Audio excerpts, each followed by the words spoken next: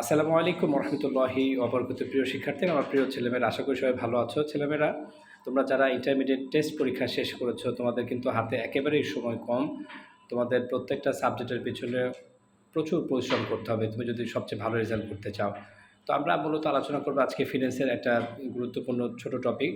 আমি ছোট্ট একটা শর্ট ভিডিওর জন্য এখানে আলোচনা করছি।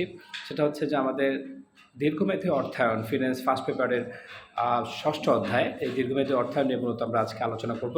3টা সূত্র নিয়ে আলোচনা করব। ছেলেমেয়েরা, এই দীর্ঘমেয়াদী অর্থায়নে আমাদের বন্ড সম্পর্কে অনেক ধরনের তথ্য রয়েছে, অনেক ধরনের সূত্র রয়েছে।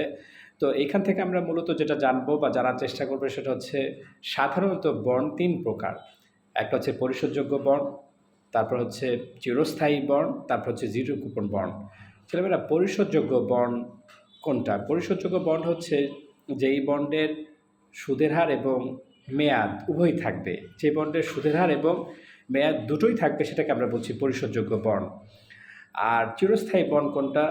চিরস্থায়ী বন্ড বা অপরিশোধযোগ্য বন্ড সেটা কোনটা? সেটা হচ্ছে যেই বন্ডের কোনো মেয়াদ থাকবে না, ওটাকে আমরা বলি অপরিশোধযোগ্য বা চিরস্থায়ী বন্ড।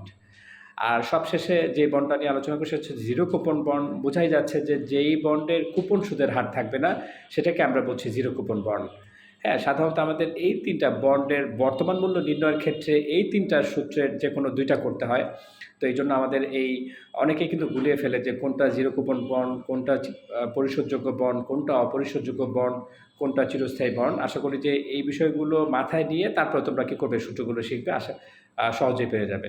সূত্র যদি তুমি না পারো তাহলে কিন্তু পরীক্ষার হলে তোমার অনেক সময় নষ্ট হবে। অতএব সূত্রে ভালো করে মুখস্থ করে ঝরঝর করে ফেলতে হবে। ধন্যবাদ সবাইকে।